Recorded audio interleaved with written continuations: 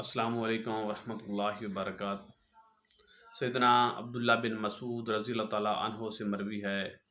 वो फरमाते हैं कि मैंने रसूलुल्लाह सल्लल्लाहु अलैहि वसल्लम से पूछा, ए अल्लाह के रसूल,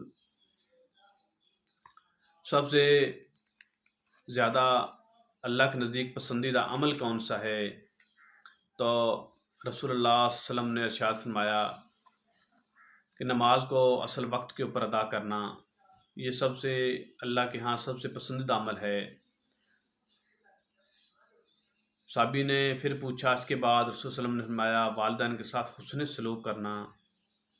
और उसके बाद साहबी ने फिर पूछा, अल्लाह के रसूल, इसके बाद? रसूलुल्लाह सल्लल्लाहु अलैहि वसल्लम ने इरशाद फरमाया, प्यारे साहबी, उसके बाद जहाद फ़ी सबीलिल्लाह, यानी पहले नंबर के ऊपर नमाज को अव्वल वक्त के ऊपर अदा करना, दूसरा अमल वालिदैन के साथ हुस्न सलूक करना, तीसरा अमल जहाद फ़ी सबीलिल्लाह।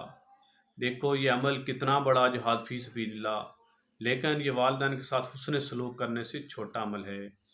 इसलिए वो वालिदैन जिन्होंने हमारी हर तरह से परवरिश की, जिस्मानी, ज़हनी, रूहानी, दीनी, हर तरह से हमारी जिन्होंने हमारी तरबियत की, तो वालिदैन उसके साथ हुस्न सलूक का हम पर बहुत ज़्यादा हक़ है कि हम उनके साथ हुस्न सलूक करें, उनकी इज़्ज़त एहतराम करें, उन्हें उफ़ तक ना कहें।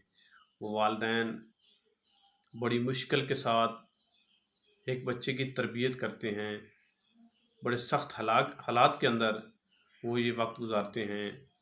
हमें वालिदैन की कदर करके अल्लाह से जन्नत हासिल करनी चाहिए। अस्सलामु अलैकुम वरहमतुल्लाहि।